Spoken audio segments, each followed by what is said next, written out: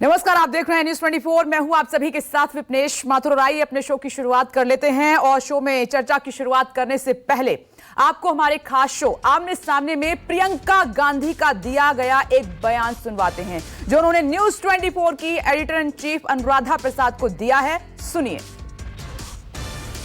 अगर कभी कोई ऐसा मौका हुआ कि सबको साथ मिले कि तो आप अखिलेश को सपोर्ट करेंगी, आप समाजवादी पार्टी को सपोर्ट करेंगी? देखिए, ऐसी परिस्थितियां आए तो देखा जाएगा। वैसे मुझे नहीं लगता कि कोई इसमें इशू होना चाहिए। अगर ऐसी परिस्थिति आए तो क्यों नहीं। तो इसका मतलब ये माना जाए कि अगर अखिलेश कुछ सीटों से पीछे रह गए तो कांग्रेस पार्टी उनको सपोर्ट करेगी, बशर्ते मेरे महिलाओं का एजेंडा और मेरे युवाओं का एजेंडा लागू हो। न्यूज 24 की editor in chief Anuradha Prasad से खास बातचीत में आपने सुना प्रियंका गांधी ने कई अहम बातें और बड़ी पहली बार कहीं उत्तर प्रदेश के लिए उनके मन में क्या चल रहा है और चुनाव के बाद की उनकी रणनीति क्या है, ये खुलकर बताइए। उन्होंने साफ तौर पर कहा कि जरूरत पड़ी तो अखिलेश यादव को चुनाव बाद सशर्त समर्थन देने को वो तैयार हैं। इसके सियासी मायने क्या है? क्या यूपी का चुनाव बंगाल चुनाव की तरह दिखने लगा है? प्रियंका के सशर्त वादे का सियासी मतलब तलाशने के लिए हमारे साथ इस वक्त न्यूज 24 तीन संवाददाता मौजूद हैं अलग अलग लोकेशन से। सबसे पहले राजीव रंजन के पास आपको लिए चलेंगे, उनसे समझेंगे कि प्रियंका गांधी के वादे का सियासी मतलब क्या है। तो राजीव रंजन इस वक्त लखीमपुर खीरी से हमारे साथ जुड़ गए हैं, अशोक तिवारी लखनऊ से और संजीव त्रिवेदी गाजियाबाद से इस वक्त हमारे साथ मौजूद हैं।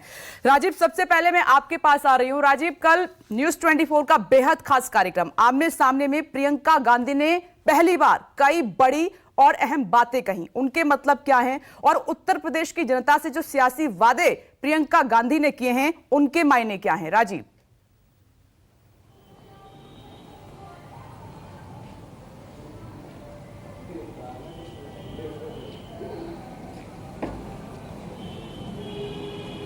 राजीव, क्या मेरी आवाज आपको मिल रही है? चलिए, राजीव रंजन से अभी संपर्क नहीं हो पा रहा है, लेकिन यही सवाल संजीव त्रिवेदी आपसे है मेरा।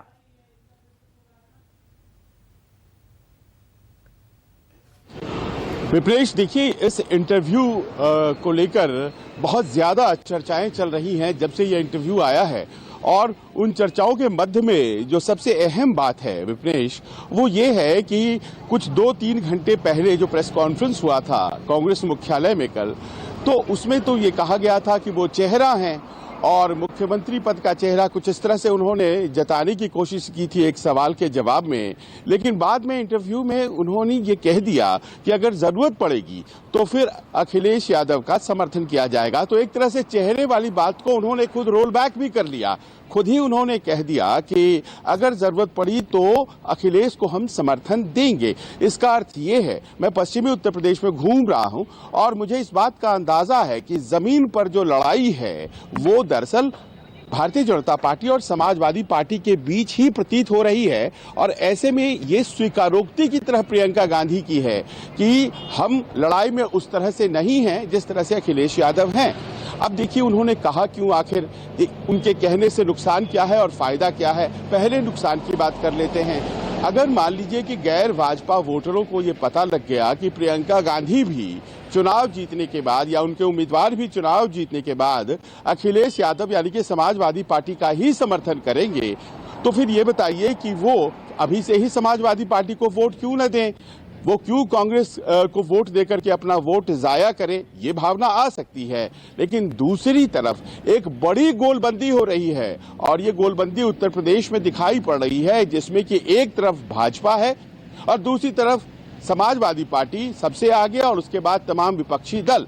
तो क्या ये गोलबंदी जो है ये उस बात की स्वीकारोक्ति है? और उस गोलबंदी को न केवल इस चुनाव में बल्कि इसके पहले भी देखा गया था, लेकिन इतना क्लियर नहीं था। चाहे वो चुनाव बंगाल का रहा हो, आप देखिए बड़े स्पष्ट तरीके से दो भागों में वोटर बट गए थे। उत्तर प्रदेश में ऐसा लग रहा है कि वही होने जा रहा है। तो फिर प्रियंका गांधी ने ये कह करके क्या उस बात को रेखांकित कर दिया है? अब देखिए, बड़ी बात इसमें यहाँ ये आती है विपनेश कि इस चुनाव में तो या फिर अखिलेश है या फिर योगी आदित्यनाथ है, दो ही चेहरे हैं। बाकी कोई भी लोग अपने आप को चेहरे के तौर पर कह ले तो विश्वसनीयता उनकी जमीन पर उतनी शायद नहीं होगी। लेकिन इसके बाद भी जो चुनाव आएंगे उत्तर प्रदेश में, और क्या वो जो एक बड़ी गोलबंदी हो रही है जिसमें एक तरफ भाजपा है और दूसरी तरफ दूसरे दल हैं, क्या प्रियंका गांधी उसकी तैयारी कर रही हैं? यहाँ ये बताना आपको बहुत जरूरी है कि ऐसा नहीं है कि 2022 के चुनाव में ही प्रियंका गांधी बहुत सक्रिय है। विपनेश, मुझे याद है 2017 के चुनाव में जब प्रशांत किशोर कैंपेन देख रहे थे, उस वक्त राज बब्बर प्रदेश अध्यक्ष थे, प्रियंका गांधी उतनी ही एक्टिव थी, उतनी ही सक्रिय थी। वो उत्तर प्रदेश को बखूबी जानती हैं। उसके पहले वो रायबरेली और अमेठी में लगातार चुनाव प्रचार किया करती थी, वो उतनी ही सक्रिय थी। तो उत्तर प्रदेश की रियलिटी को अच्छी तरह से वो समझती हैं, लेकिन इस बात को भी मानती हैं कि कांग्रेस के पास चांस नहीं है। इस बयान के जरिए संभवतः उन्होंने ये जताने की कोशिश की है कि कांग्रेस मजबूत है, लड़कियों में मजबूत है, युवाओं में मजबूत होने की कोशिश कर रही है और उसे गठबंधन पार्टनर समझा जाए। क्योंकि इस बार तो अखिलेश यादव ने बड़े स्पष्ट तरीके से कह दिया था कि हम कांग्रेस के साथ गठबंधन नहीं करेंगे। तो आने वाले लोकसभा चुनाव की तैयारी कर रही हैं क्या प्रियंका गांधी को ये पता चल गया है कि विधानसभा चुनाव में बहुत ज्यादा ट्रैक्शन उनको नहीं मिलने वाला है? ये तमाम सवाल है जो सामने आ गए हैं। बहरहाल फौरी जो नुकसान होगा वो तो ये जरूर होगा कि जो तमाम वोटर्स कांग्रेस के पक्ष में मूड बनाते, उनको ये संदेश जाएगा कि दरअसल प्रियंका गांधी जो हैं अंत में अखिलेश यादव का ही समर्थन करेंगी, तो क्यों ना हम अखिलेश यादव को ही अभी से वोट देकर के भाजपा के खिलाफ ओके, देखिए प्रियंका गांधी के जो बड़े बयान का विश्लेषण हम कर रहे हैं। राजीव, अब सीधे मैं आपके पास आती हूँ। राजीव, अहम सवाल यह है कि क्या उत्तर प्रदेश का चुनाव बंगाल की तर्ज पर होने जा रहा है, बीजेपी वर्सेस ऑल, और प्रियंका गांधी को यह कहने की जरूरत क्यों पड़ी कि चुनाव बाद अगर आवश्यकता हुई तो वो अखिलेश यादव को समर्थन देने को तैयार हैं, सशर्त?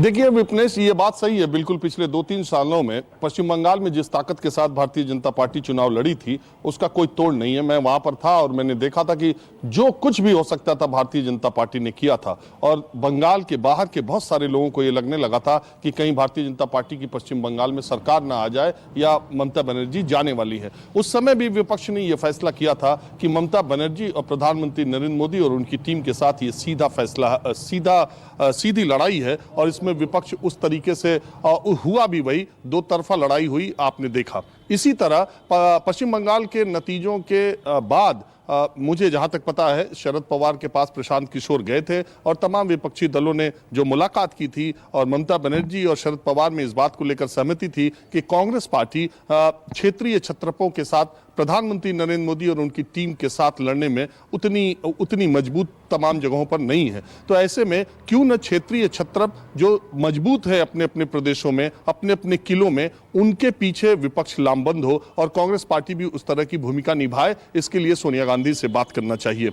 मूल बात यह है कि विपक्ष ये जानता है, शरद पवार ये जानते हैं, ममता बनर्जी ये जानते हैं कि अलग अलग रह करके ये प्रधानमंत्री नरेंद्र मोदी और उनकी टीम को चुनौती नहीं दे सकते। इसलिए एक मजबूत पाया हो, एक मजबूत चेहरा हो, एक मजबूत धड़ा हो, उसके साथ उसके पीछे लामबंद हुआ जा, ये रणनीति पहले से है। देखिए निश्चित तौर पर प्रियंका गांधी ने कांग्रेस के लिए बहुत काम किया है, और निश्चित तौर पर 403 विधानसभाओं में मैं तो रोज कहता हूं कि झंडा और डंडा कांग्रेस का उठाने वाले लोग, वो 2 ही सही, वो 20 ही सही, वो 200 ही सही, लेकिन खड़े हुए हैं। प्रियंका गांधी अपनी पार्टी को बड़ा करने का पूरा प्रयास करेंगे और उनका हक भी है और उनकी कोशिश ऐसी होनी भी चाहिए। लेकिन सवाल इस समय जब पहले चरण का चुनाव होने को है, उसके ठीक पहले अगर प्रियंका गांधी ये बात कहती है कि क्या इसमें दिक्कत है अगर अखिलेश को समर्थन देना हो, तो निश्चित तौर पर वो मानती है कि अखिलेश को समर्थन देने की अगर जरूरत पड़ेगी तो अखिलेश बड़े हैं, बड़ी पार्टी है और इससे कोई इनकार भी नहीं कर सकता है।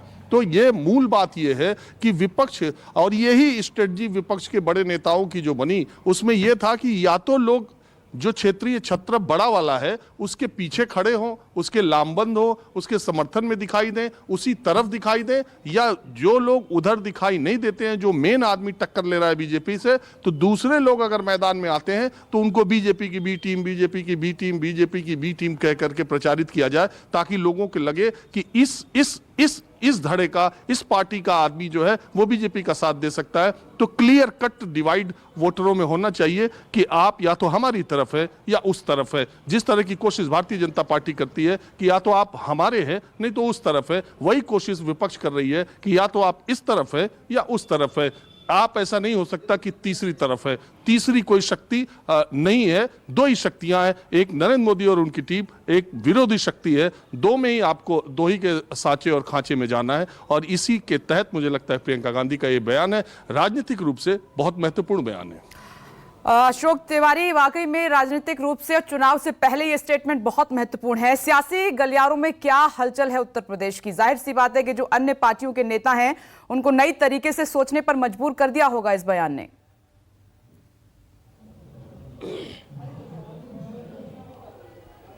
देखिए विपनेश, निश्चित तौर पर प्रियंका गांधी के इस बयान को राजनीतिक तौर पर बहुत बड़ा बयान माना जा रहा है, वो भी उस समय जब उत्तर प्रदेश में चुनाव बिल्कुल अपने पीक पर है। सभी राजनीतिक दल पूरी ताकत लगाकर चुनाव प्रचार अभियान में जुटे हुए हैं। सभी दलों की तरफ से दावा किया जा रहा है कि उनकी सरकार बनने जा रही है। सबसे खास बात यह है, आपको याद होगा कि जब शुरुआती दौर में जब प्रचार अभियान शुरू किया गया था, जब नेताओं के दौरे उत्तर प्रदेश में शुरू हुए थे, तो उसमें प्रियंका गांधी ने कहा था कि इस बार का चुनाव वो कांग्रेस पार्टी अकेले दम पर लड़ने वाली है, किसी भी दल के साथ वो अलायंस नहीं करेगी। और आज अभी तक जब तक हम लोग आपस में चर्चा कर रहे हैं इस विषय पर, तब तक कांग्रेस पार्टी ने किसी भी राजनीतिक दल से अभी तक गठबंधन नहीं किया है। लेकिन प्रियंका गांधी ने जो एक एक्सक्लूसिव इंटरव्यू न्यूज 24 को दिया, उसमें उन्होंने स्पष्ट कर दिया कि अगर चुनाव के बाद यानी पोस्ट पोल अलायंस की कोई स्थिति अगर बनती है तो उससे उनको कोई परहेज नहीं है। अब आपने जो सियासी चर्चा की बात कही, अभी थोड़ी देर पहले बीजेपी के प्रदेश मुख्यालय पर, जहां पर इस वक्त मैं मौजूद हूं, मैंने उत्तर प्रदेश के उप मुख्यमंत्री केशव प्रसाद मौर्य से यही सवाल पूछा था कि प्रियंका गांधी की तरफ से पोस्ट पोल अलायंस को लेकर संकेत दिए जा रहे हैं, तो उन्होंने मुस्कुराते हुए ये कहा कि आखिरकार कांग्रेस के पास उत्तर प्रदेश में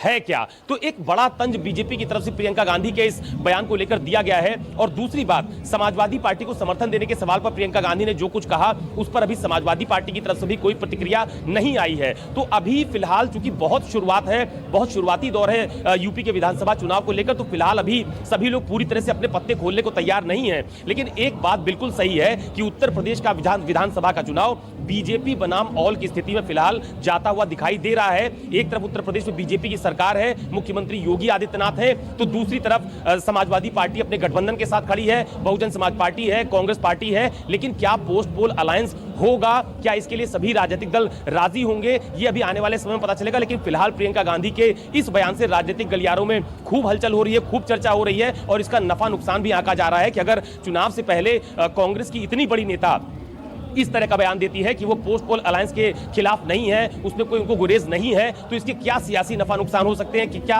अखिलेश यादव के गठबंधन को भी इससे मजबूत आंका जाएगा या फिर बाद में कांग्रेस उनके साथ आ जाएगी तो उनकी स्थिति मजबूत हो सकती है। इस तरह के अभी फिलहाल सियासी नफा नुकसान आंके जा रहे हैं। लेकिन इतना जरूर है कि यह बयान राजनीतिक तौर पर यूपी के विधानसभा चुनाव से पहले बहुत बड़ा बयान माना जा रहा है। देखिए, हमने आपको समझाया कि प्रियंका गांधी कांग्रेस की महासचिव और उत्तर प्रदेश में अहम चेहरा कांग्रेस का, उनके बयानों के क्या मतलब थे, पूरा विश्लेषण किया। राजीव रंजन आपका शुक्रिया, संजीव त्रिवेदी आपका भी बहुत बहुत शुक्रिया, अशोक तिवारी आपका भी बहुत बहुत शुक्रिया। तो प्रियंका गांधी के द्वारा दिया गया यह बयान जाहिर सी बात है कि उत्तर प्रदेश की राजनीति में हलचल मचा दी है और जो तमाम बड़े नेता हैं उनको सोचने पर एक नए तरीके से मजबूर कर दिया। नमस्कार, मैं हूं मानक गुप्ता। अगर आपको हमारा ये वीडियो पसंद आया हो तो इसे लाइक और शेयर जरूर करें और हां, हमें सब्सक्राइब और फॉलो करना ना भूलें ताकि आप देश और दुनिया की कोई खबर मिस ना करें। तो जुड़े रहिए हमारे साथ और देखते रहिए न्यूज़ 24।